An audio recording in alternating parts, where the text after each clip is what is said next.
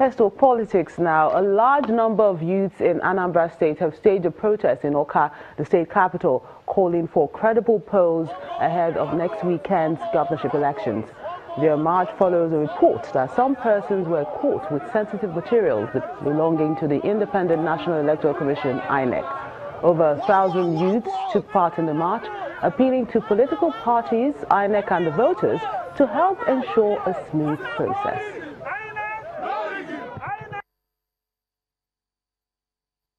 We are here simply to register our feelings towards this election. A lot of things, whether there are rumors, whether there are facts, we don't want to know. All we want to make sure is that this election is violence-free. This election is devoid of any form of rigging. That is why we sat together and came out with this communique to address the general public, INEC, the police in general. I want to assure you people that INEC, the present INEC in Anambra State, is working hard to make sure, putting all square pegs in square holes to make sure that this election holds on the 18th and that the election is going to be not only free, fair, credible, but acceptable to the generality of the people of Anambra State. Take my words. In the meantime, the United States government says it will offer Nigeria a hand to ensure that there is a good outcome in major elections. This was revealed by the U.S. ambassador to Nigeria, Mr. Stuart Sinington. He said this in Ado-Ekiti, the Ekiti state capital, when he paid a visit to Governor Ayodele Fayose. He said plans are already in the works to be part of the governorship and Anambra governorship and Ekiti elections, which is taking place and also the general elections which will come in 2019. Meanwhile, Governor Fayose told the U.S. envoy that the major problem affecting the growth of the country was the poor attitude of the leaders. I'm here to learn, to see what you're doing and to think about the road ahead. But my big message for myself is this. I'm reminded every day how important all of Nigeria is and how important it is for every Nigerian not just to be thinking about the people that live in their own backyard or their own state, but to think about the people all around the country. It becomes necessary to let such bodies, such individuals, such country to be aware, because they're leaders in democracy. So it's important for us to partner with them so that they can be on ground before the election, during the election, see for themselves, and ensure that the process is not only transparent but seen to be transparent. More politics now. Members of the People's Democratic Party, PDP, from Ishekiri region of Warri South local government area in Delta State are unhappy with the alleged imposition of a candidate by some leaders of their party. The aggrieved protesters are also accusing some party members of disrupting the political harmony of the local government. Warri Southwest happens to be the local government council that gave His Excellency Dr. Senator Ifeanyi Okowa the highest vote. Warri Southwest happens to be the highest vote. And it was emulated from the Shekiri houses. And we know our Excellency is a good, lovely governor of the state. And we want to appeal to him that his people in Warri Southwest, in the Shekiri houses, are crying out loudly. And he should listen to our cries. And he should listen to our pains. Because we are the one that will deliver come any time of election. So we appeal to the state party school to look into our cry. We are crying bitterly. We are saying no to the opposition against us.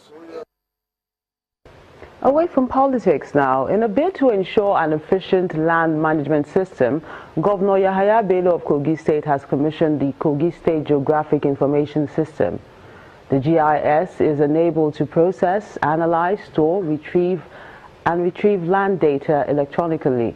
Commissioning the project in Lokoja, the state capital, Governor Bello said the launch of Kogis was to move the state away from the inefficient era of analog system of land documentation. It It's goodbye to the stressful, inefficient and time-consuming era of analog system of land documentation in Kogi State with the launch of the Geographic Information System, a data collection process the governor believes is the best in Nigeria. Kogi State is far ahead of every other state in the country. The system that we have here in Kogi State is superb and is far and above every other geographic information system that we have in Nigeria. Some government agencies explain the numerous benefits the system offers residents of Kogi State. Geographic Information System, GIS, is a veritable tool in land administration and management.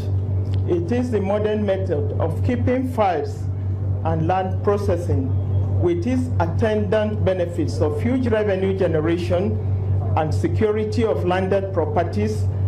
Other land transactions and processing are carried out seamlessly. Towns and cities are better organized and managed with digital methods of land administrations.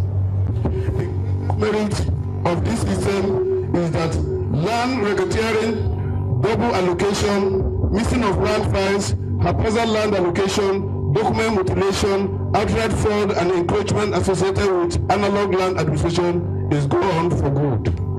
With the new Geographic Information System, Kogi residents can rest assured that fraudulent practices in land allocation will soon be forgotten.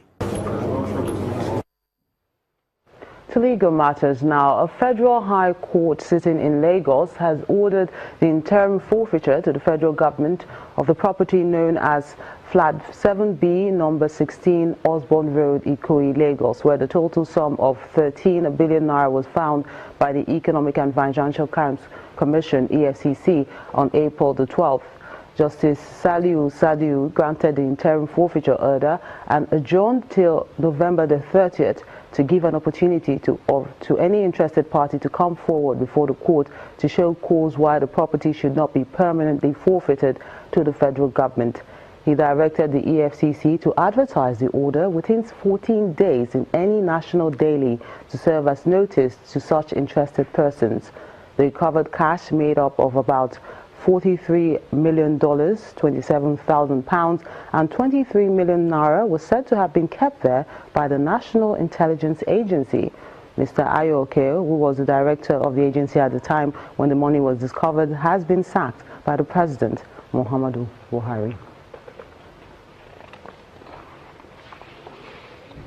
And in Kebbi State, plans are on to increase rice production to help Nigeria achieve self-sufficiency of the grain and reduce its importation.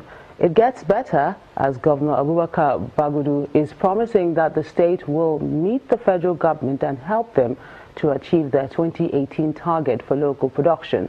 Kebbi is one of Nigeria's top rice-producing states, where Vice President Professor Yemi Osinbajo recently commissioned a $10 billion rice mill with a capacity to produce 120 metric tons per annum.